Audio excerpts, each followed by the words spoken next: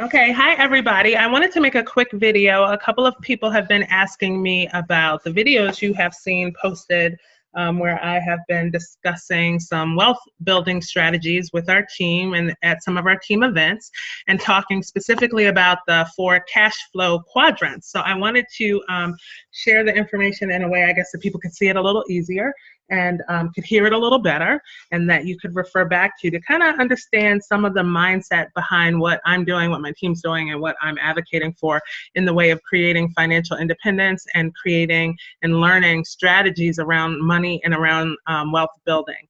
So for those of you who probably do know me but may not, again, my name is Chrissy Thornton, originally from New York, currently living in Maryland, and like most of you, I was somebody who was told to go to school, get good grades, to do very well, graduate, get an education, and that that was the key to being successful in life.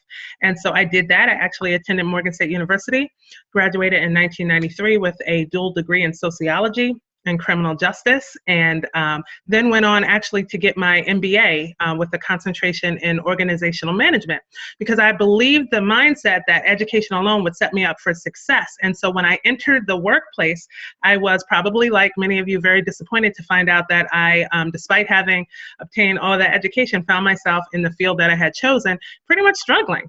Living paycheck to paycheck, not being able to make ends meet in the traditional way with the jobs that I had. And so at that point, I knew that there must be some other way to create financial independence. I've always had a desire to create financial well-being, not just for myself, but for my children. I was a very young single mother at one point and wanted to be able to afford my child the opportunities that, you know, I had for myself and that I wanted for myself and for him. And so I knew there had to be something additional than to work 40 hours a week for 40 years and then to retire on 40% of my income.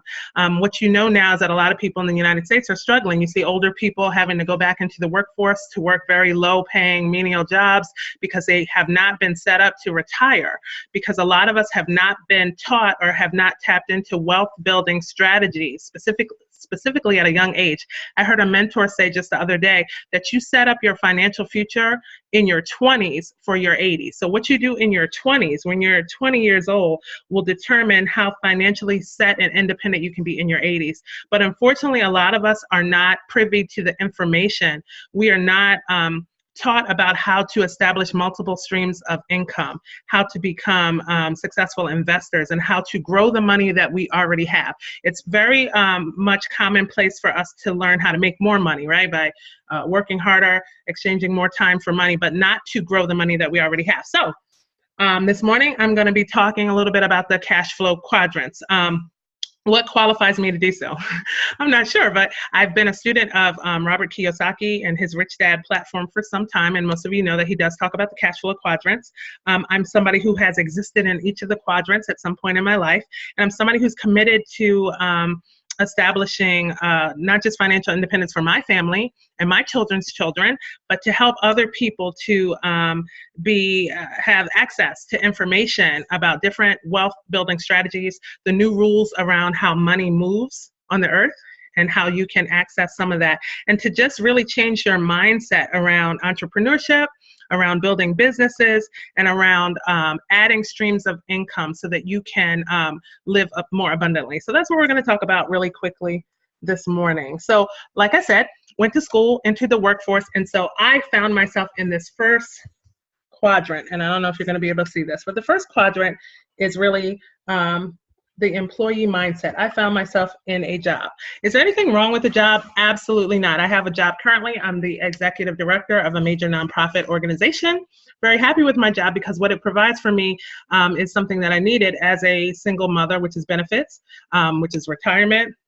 It provides for me income that I use to sustain myself and my household. But when you are in a job, again, what you tend to have is employee mindset. And what does that mean?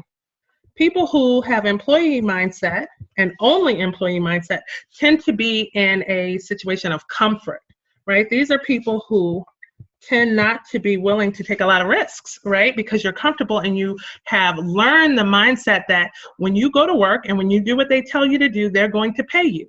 But it works also in that when you don't go to work and you don't show up and you don't do what they tell you to do, that they don't pay you. And so while we look for job stability, most of us do not have stability when a job is your only source of income. Why is that? I mean, we're one situation a lot of times from being fired or laid off or let go. We're one illness from being able to not be able to perform the duties of the job anymore. And so there's nothing wrong with having a job.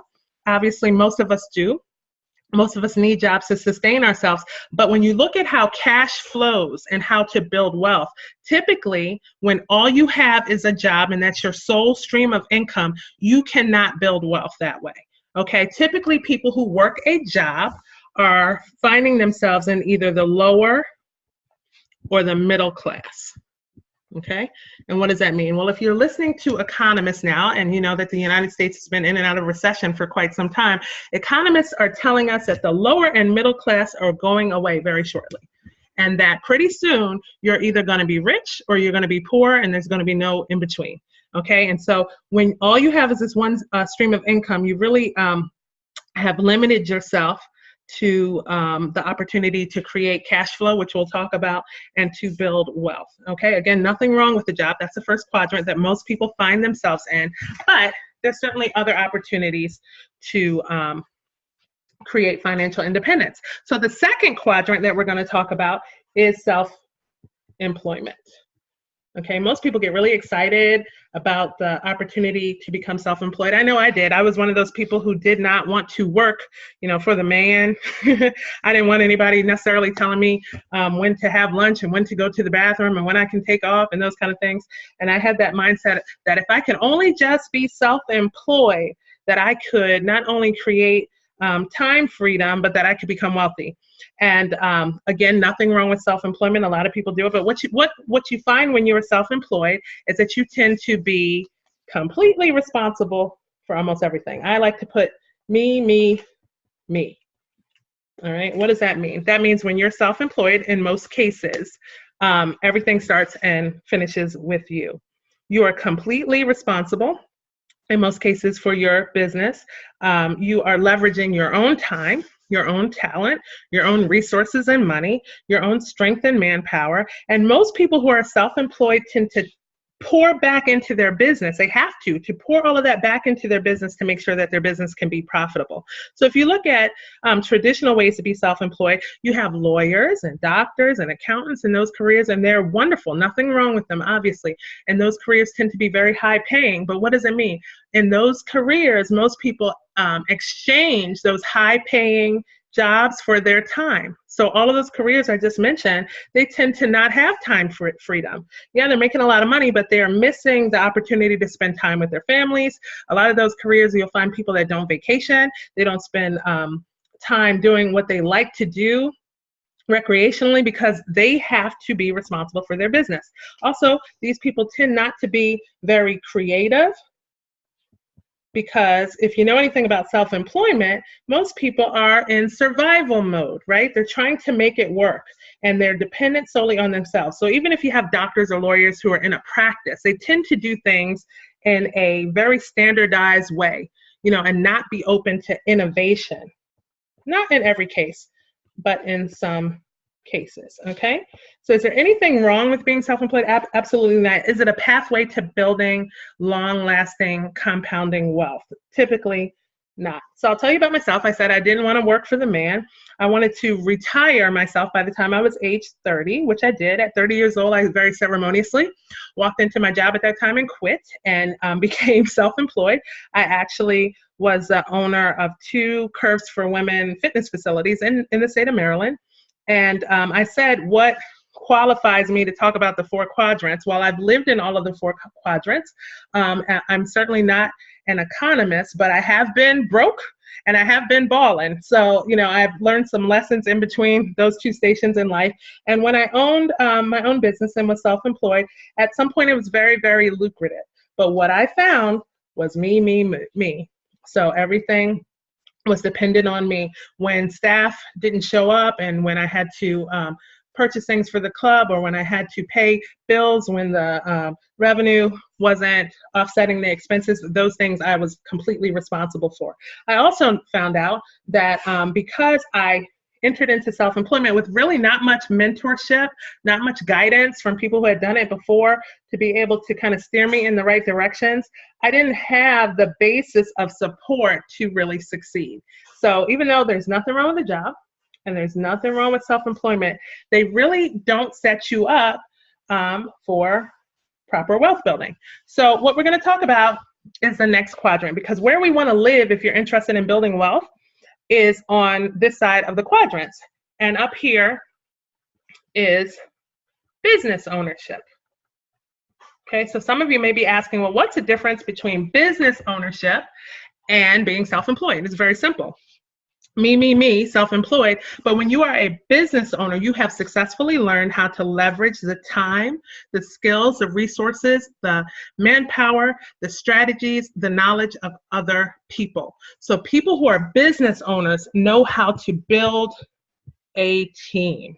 Okay, so anybody you know who's wealthy, if you look at the Warren Buffetts and the Oprahs and these people of the world, Steve Jobs and the Zuckerbergs and all those people who are very wealthy, right? One thing that they do and they do very well is they align themselves with people who are smarter than them, who've done what they want to do, and they align themselves so that they can be mentored by people who can help them become successful.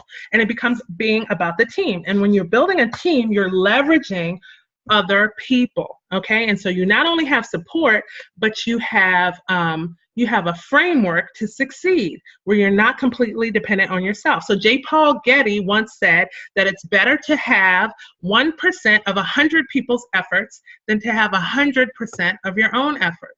Okay, so think about that. That is a wealth building mindset. Okay, and people who are involved in business ownership and who are part of a team tend to be very creative.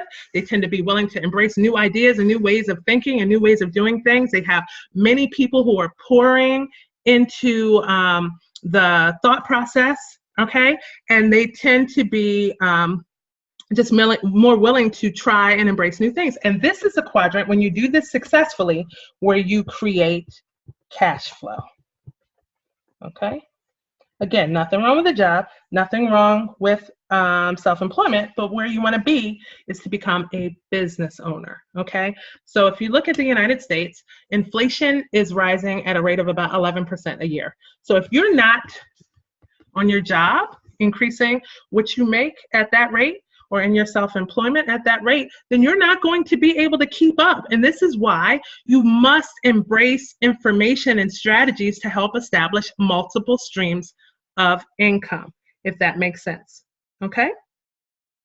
Now, why do we want to create cash flow? And where do the wealthy reside? Understand that entrepreneurs and wealthy people don't work for money. Okay, they work for assets. And so when we look at the JOB, how many people have said to their children, I know I've done it, or had said to them, little Johnny, when mommy gets paid, we'll be able to do this, that, or the other. Okay, what that does is it creates a mindset around money that, number one, you have to wait until, the job, maybe every 2 weeks, every month, whatever the cycle is, wait until we get paid in order to do the things that we want to and need to do in life. That creates a financial mindset for your children when you do that. Why do we have to wait 2 weeks to get paid when money moves every single day? There's access to earning and to building wealth every single day. And so when we're in this business ownership quadrant and we're creating cash flow, the purpose of creating cash flow is to be able to become, and I don't know if you guys can see this is a weird angle, an investor. Okay? Okay. So I told you guys that I have at one point in life lived in every one of these 4 quadrants. Okay, so at around the same time I became self-employed, actually I had set out to become a real estate investor. I knew the power and the potential in investing in real estate. I wanted to get involved in it. I became educated in it, and I made a good amount of money really quickly. But because I didn't have a team and I didn't partner with people who were smarter than me and could tell me how to manage those funds and those resources, what did I do? I took investment income and I poured it into becoming self-employed by buying those fitness facilities, because I thought, not knowing some of this mindset, that that was the way to financial independence. So I was a successful investor, but I took the dividends from those investments and poured it into the wrong quadrant. Okay, so life lesson there, right? So what are some of the things that we want to be able to invest in? Okay, we definitely want to invest in real estate. Okay, what are some other things that people invest in? People invest in oil wells. Okay, gold and silver. Okay, this is what wealthy people do. They invest in things that compound. Okay, wealthy people don't live off of the principal. Wealthy people live off of their interest, and they save the principal. Okay, but in order to do that, you have to have cash flow and you have to make good investment decisions. Okay, Forex.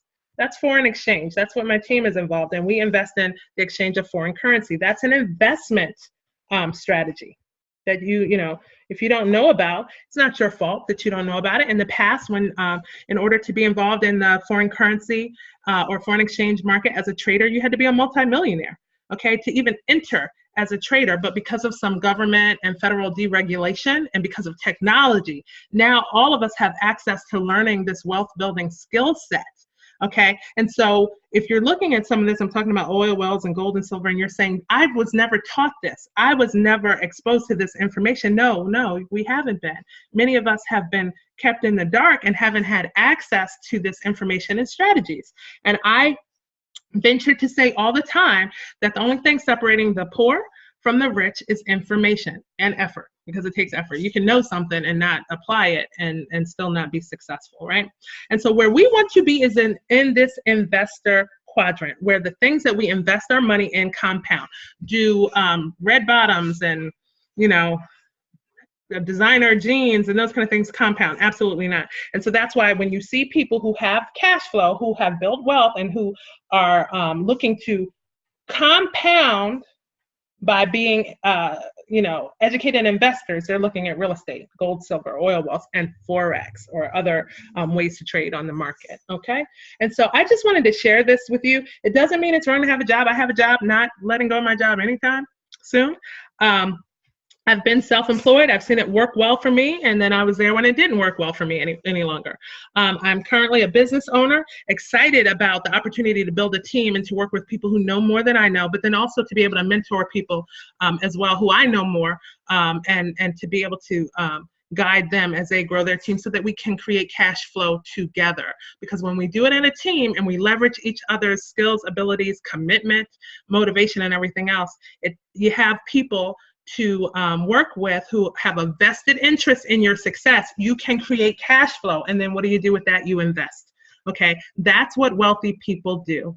Okay, and that's why it's important when someone comes to you and offers an opportunity to look at information about business ownership, about investment strategies, that you be open-minded. Okay, because when you have just one stream of income, I promise you, as time goes on, you're going to find it harder and harder to stay above water, okay? And I tell people all the time, I'm a person of faith, and the Bible tells us to have multiple streams of income. Solomon was the richest man to walk the earth with 7 streams of income. And in Ecclesiastes, it actually tells us to build multiple enterprises. Why? Because when one fails, then you have others to shore you up. When the job goes away, or when the self-employment goes under for whatever reason, you have other things in motion to help shore you up and to make sure that you can live in abundance, because we are not meant to live on the 40-40-40 plan, to work 40 hours a week for 40 years, to retire on 40% of our income.